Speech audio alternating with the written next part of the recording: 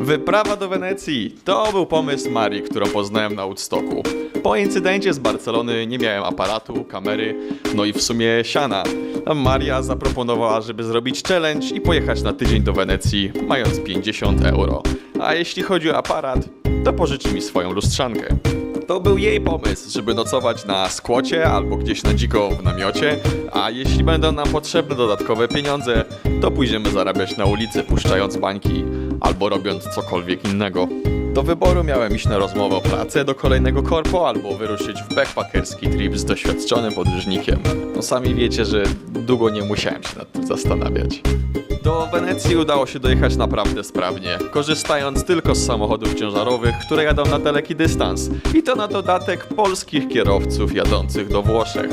Moje pierwsze próby zarabiania pieniędzy na ulicy może i spodobały się turystom, ale nie spodobały się lokalnej policji, która uznała jazdę na deskorolce po placu San Marco jako wandalizm. Zostałem zatrzymany i zabrany na komisariat policji, gdzie dano mi do wyboru dwie opcje. Albo rekwirują mi deskorolkę, albo wlepiają grzywnę w postaci 500 euro kary. Miało być 50, ale strasznie ich wkurwiłem. Jak na ironię, chciałem tylko zarobić parę euro na włoską pizzę. Wykłócając się z nimi na komisariacie, zobaczyłem pomieszczenie przepełnione hulajnogami, rowerami, no i deskorolkami. Było oczywiste, że nie oddam im swojej, więc poprosiłem o te 500 euro. Cały myk polegał na tym, że nadal nie miałem ze sobą dokumentów, które ukradli mi w Barcelonie. Musieli się zadowolić zdjęciem dowodu osobistego, na który wystawili mandat. Doskonale wiedziałem, że wystawiony w ten sposób mandat nie ma żadnej wartości, ponieważ użyli zdjęcia dowodu, który zgłosiłem miesiąc temu jako skradziony i mam na to papier. Odzyskanie wolności świętowaliśmy podczas uroczystej kolacji, nie zapominając o najważniejszym czynniku, czyli wytwornym winie. No jaki budżet, taka kolacja, ale przecież lepiej jest być niż mieć.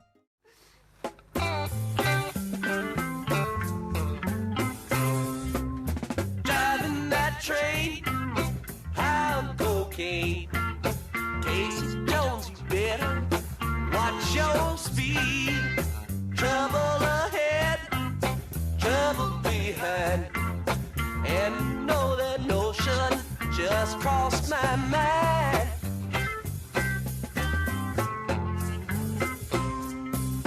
This old engine makes it on time. Leaves Central Station about 8:45.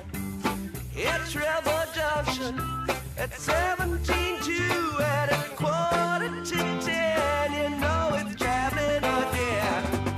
Driving that train. Casey Jones, you better watch your speed. Trouble ahead, trouble behind. And you know that notion just crossed my mind.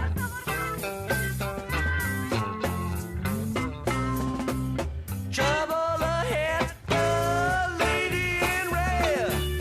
Take my advice, you'd be better off dead. Switchman sleeping train 102 is on the wrong track and headed for you. Driving that train, high on cocaine. Casey Jones, you better watch your speed. Trouble ahead, trouble behind. And you know that notion just crossed my mind.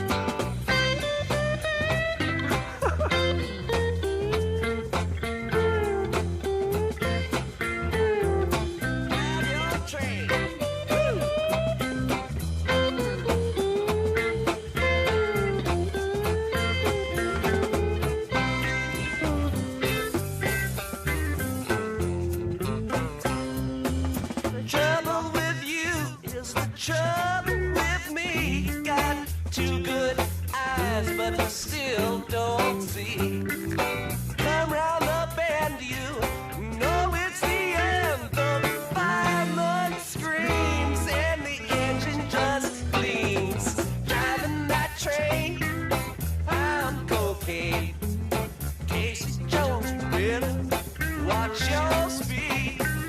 Trouble ahead, trouble behind.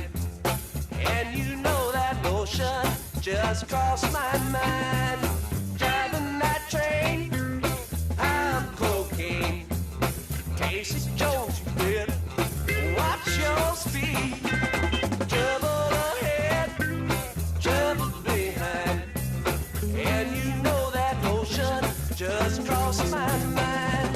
Driving that train, I'm cocaine. Casey Jones, you better watch your speed. Trouble ahead, trouble behind.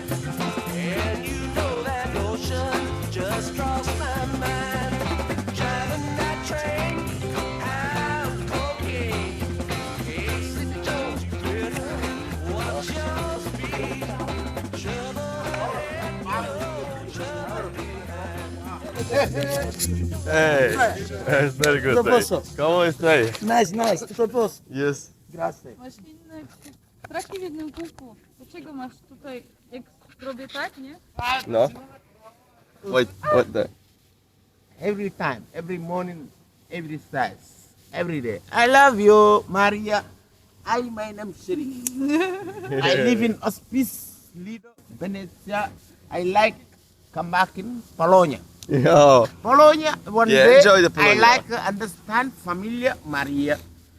Because Maria, one sister, good sister. Very good sister.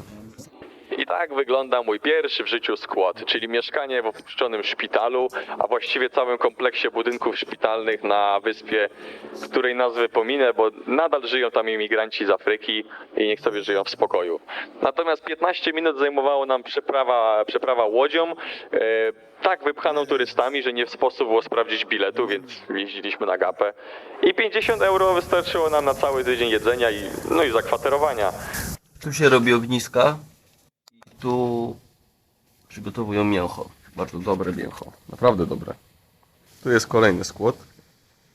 I tu się rozmawialiśmy z namiotem pierwszej nocy. Jest przytulnie generalnie. Mieszkanie na skłocie z bezdomnymi imigrantami też dało mi wiele do myślenia. Ci ludzie nie mieli nic, a potrafili dzielić się wszystkim.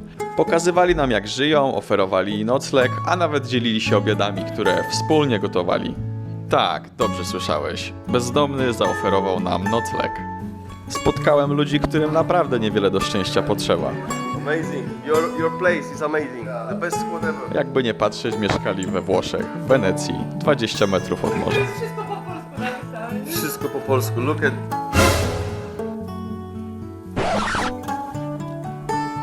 Wow. Wow, Polaków. A lot of Polish people was here. Yeah, Polish. Z jakiegoś powodu całe to miejsce pokryte było polskimi hasłami, które również wbijały w ziemię i dawały mocno do myślenia. Przez te kilka dni mieszkania w opuszczonym kompleksie szpitalnym przemierzyliśmy chyba wszystkie możliwe pomieszczenia w poszukiwaniu coraz bardziej zwariowanych dzieł sztuki. Całe to miejsce było tak schizowe, że nie mogłem się już doczekać, aby pokazać zdjęcia mojemu przyjacielowi, który właśnie skończył Akademię Sztuk Pięknych w Łodzi. Cały czas zastanawialiśmy się z Marią, co by tu zrobił pstryk, gdyby z nami był. A później jeszcze go spotkaliśmy. To znaczy spotkaliśmy Argentyńczyka, który wyglądał dokładnie tak jak pstryku na wakacjach.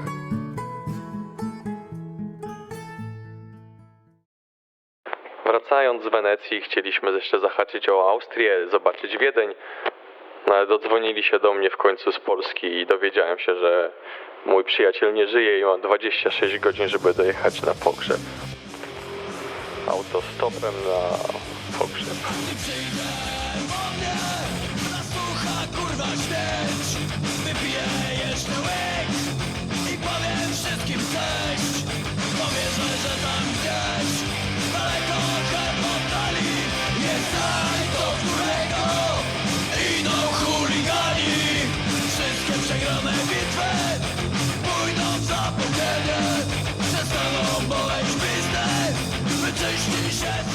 Kiedy odebrałem ten telefon, byliśmy na Słowenii, na stacji benzynowej położonej zupełnie pośrodku niczego. I to już po wielu godzinach nieudanych prób łapania stopa. Natychmiast zmieniliśmy kierunek na Polskę, ale z takim samym, a właściwie gorszym efektem, bo nie da się łapać autostopa rycząc. Jakimś cudem na parkingu dla tirów udało się Marii znaleźć polskiego kierowcę, który wiezie czekoladki prosto do Polski.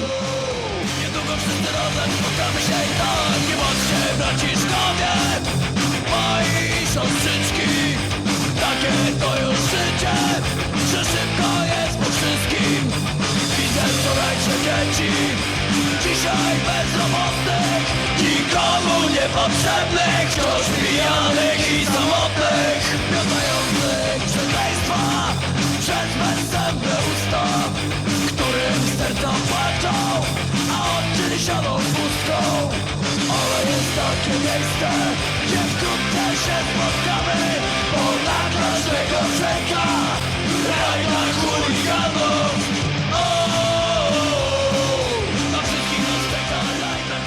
Dotarłem na ten pogrzeb godzinę przed czasem. Nigdy nie wybaczyłbym sobie, gdybym nie zdążył na czas się pożegnać. Ten film nie ma happy endu i nie jest poświęcony Psztrkowi, bo takiego filmu się nie da zrobić. Nie znaliście go, więc macie szczęście, bo nie wiecie, co straciliście. Może i nie zdążył zrealizować wszystkich swoich marzeń, ale przynajmniej zawsze robił to, co chciał. Pierdolcie się wrogowie, im więcej było was, tym lepsze miałem zdrowie. Idę tam, gdzie zawsze chciałem bardzo iść, lecz smutku świat opuszczę, nie zabierając nic. Bo wszystko, czego pragnę, czeka na mnie tam. Dziewczyny nie za chude i z wódką zimną kram. I wszyscy przyjaciele, którym się udało trafić tam przede mną, których mi brakowało. Razem z Pstrykiem stawiałem pierwsze kroki na deskorolce i robiłem pierwsze zdjęcia. To był człowiek, który wpływał na mnie przez całe życie, a najbardziej wpłynął na mnie po swojej śmierci.